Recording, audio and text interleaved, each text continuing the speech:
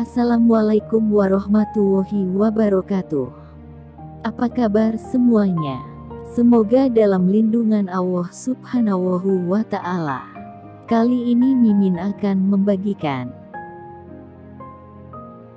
kisah sumur Zam-Zam digali kembali oleh Abdul Muthalib, kakek Rasulullah Shallallahu Alaihi Wasallam.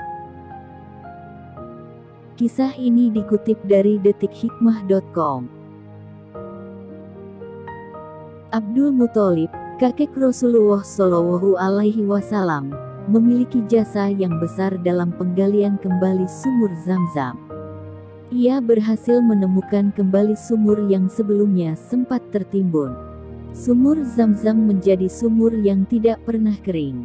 Air dari sumur ini bahkan memiliki banyak keutamaan sebagaimana telah dijelaskan dalam beberapa hadits. Dalam sejarahnya, kemunculan air Zam-Zam bermula dari kegelisahan Siti Hajar bersama putranya, Ismail, yang ditinggal Nabi Ibrahim alaihissalam di sebuah padang tandus. Cerita Siti Hajar yang ditinggal Nabi Ibrahim ini diabadikan Allah Subhanahu wa Ta'ala dalam Al-Quran Surah Ibrahim ayat 37. Yang artinya, "Ya Tuhan kami, sesungguhnya aku telah menempatkan sebahagian keturunanku di lembah yang tidak mempunyai tanam-tanaman di dekat rumah Engkau, Baitullah, yang dihormati. Ya Tuhan kami, yang demikian itu agar mereka mendirikan sholat, maka jadikanlah hati sebagian manusia cenderung kepada mereka dan beri rezekilah mereka dari buah-buahan, mudah-mudahan mereka bersyukur." Siti Hajar dan bayi Ismail kehabisan bekal. Ia kemudian berusaha mencari makanan atau orang-orang yang kemungkinan berada di sekitarnya. Siti Hajar berlari ke Bukit Marwah, kemudian ke Bukit Safa, dan kembali lagi ke Bukit Marwah. Tercatat, 7 kali dirinya bolak-balik Bukit Safa Marwah. Apa yang dilakukan Siti Hajar itu kini menjadi salah satu rukun haji yang wajib dilaksanakan umat Islam yang melaksanakan haji, yaitu sa'i. Setelah lelah bolak-balik dari Bukit Safa ke Marwah, Siti Hajar mendengar perintah untuk melihat putranya yang sedang menangis dan mengentak-entakkan kakinya ke tanah. Ternyata, entakan kaki Ismail alaihissalam berhasil mengeluarkan air yang berlimpah. Siti Hajar pun kemudian berkata, "Zam-Zam, berkumpullah," hingga akhirnya air berkumpul dan dinamakan Zam-Zam. Munculnya air dari bekas entakan Nabi Ismail ini kemudian memicu hadirnya serombongan burung-burung di sekitarnya.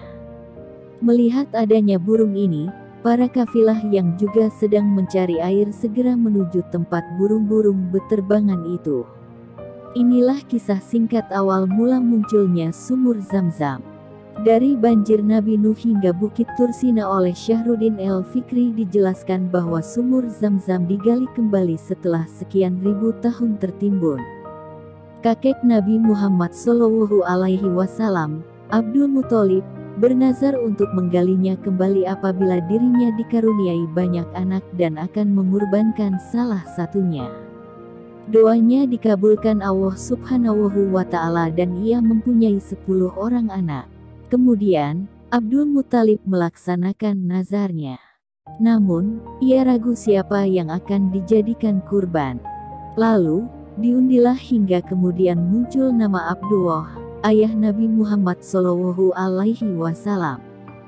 Keraguan makin memuncak karena ia sangat menyayangi putra bungsunya ini. Setelah berkali-kali mencoba melakukan undian, nama Abdullah terus muncul. Kemudian ada yang mengusulkan agar nama Abdullah diundi dengan onta. Dan, setelah berkali-kali diundi, selalu muncul nama Abdullah. Jumlah onta yang akan dijadikan kurban ditambah hingga 100 ekor onta. Dan, pada undian berikutnya, akhirnya muncul nama onta yang akan dikurbankan. Karena doanya dikabulkan dan Abdul Muthalib melaksanakan nazarnya, dia pun menggali sumur Zam-Zam tersebut. Karena itu, sumur Zam-Zam disebut pula dengan sumur gali. Abdul Muthalib menggali kembali sumur Zam-Zam. Makkah ditinggali oleh suku Jurhum dan Katura.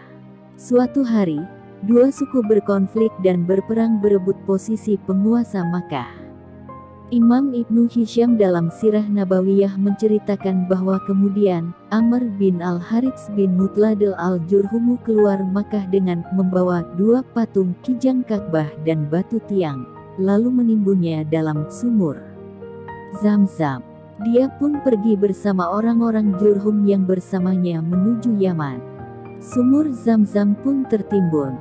Setelah beratus-ratus tahun lamanya tertimbun, sumur Zamzam ditemukan kembali keberadaannya oleh Abdul Muthalib melalui isyarat mimpi.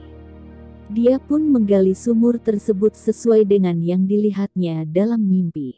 Sumur Zamzam berhasil ditemukan dan digali kembali oleh Abdul Muthalib. Ini menjadi jasa yang abadi hingga sekarang. Ketika Abdul Muthalib menemukan dan menggalinya, semua jamaah haji memanfaatkan airnya dan tidak lagi memakai sumur-sumur yang ada sebelumnya. Ketika menggali sumur Zamzam, Abdul Muthalib menemukan harta karun yang terpendam di dalamnya, berupa dua patung unta dari emas. Harta itu dipendam oleh suku Jurhum. Selain itu, juga terdapat pedang-pedang tanpa sarung dan baju perang lengkap. Pedang-pedang itu lalu dilebur menjadi bahan pintu Ka'bah, kemudian salah satu patung unta tadi disepuhkan pada pintu Ka'bah. Selanjutnya, pintu Ka'bah dibuat khusus dari emas. Ini merupakan emas pertama yang menjadi perhiasan Ka'bah. Sebelumnya bangsa Quraisy melarang Abdul Muthalib menggali sumur Zamzam. Namun, ia bersikukuh melakukannya. Ada pula riwayat lain yang menyebutkan bahwa Abdul Muthalib menggali sumur Zamzam itu karena adanya perintah yang didapatkan ketika beliau tertidur di Hijr Ismail. Maka, perintah itu beliau laksanakan. Setelah sumur Zamzam kembali ditemukan, masyarakat Makkah memanfaatkan airnya untuk berbagai keperluan sehari-hari. Hingga saat ini air Zamzam masih terus mengalir deras, bahkan menjadi salah satu oleh-oleh yang dibawa oleh jemaah umroh dan haji.